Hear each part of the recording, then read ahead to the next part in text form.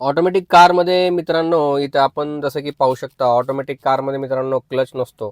Automatic कारमध्ये इथे तुम्ही पाहू शकता हा ब्रेक आहे आणि ऑटोमॅटिक कारमध्ये ॲक्सिलेटर असतो. तर क्लच नसतो मित्रांनो ऑटोमॅटिक कारमध्ये. जेव्हा तो आपल्याला कार स्टार्ट करायची असते त्यावेळेस तुम्हाला ब्रेकवरती पेडल प्रेस करायचा आहे आणि हे तुम्ही पाहू शकता हे जे गिअर बॉक्स आहे, हा गिअर बॉक्स तुम्हाला मित्रांनो न्यूट्रल मोडमध्ये आणायचं आहे आणि त्याच्यानंतर हे तुम्ही पाहू शकता इथे की आहे आणि याच्यानंतर तुम्हाला स्टार्टर द्यायचा आहे गाडीचा. स्टार्ट केल्यानंतर मित्रांनो न्यूट्रल मोडमध्ये ऑलरेडी आपण कार पार्क केलेली आहे. त्याच्यानंतर तुम्ही ते हँडब्रेक पाहू शकता मित्रांनो.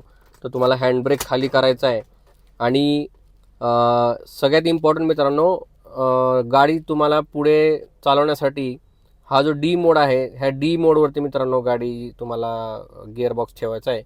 त्याच्यानंतर तुम्हाला हळूहळू ब्रेक रिलीज करायचा आहे आणि ॲक्सिलेटर प्रेस करायचं मित्रांनो आणि अशा पद्धतीने गाडी स्टार्ट होईल.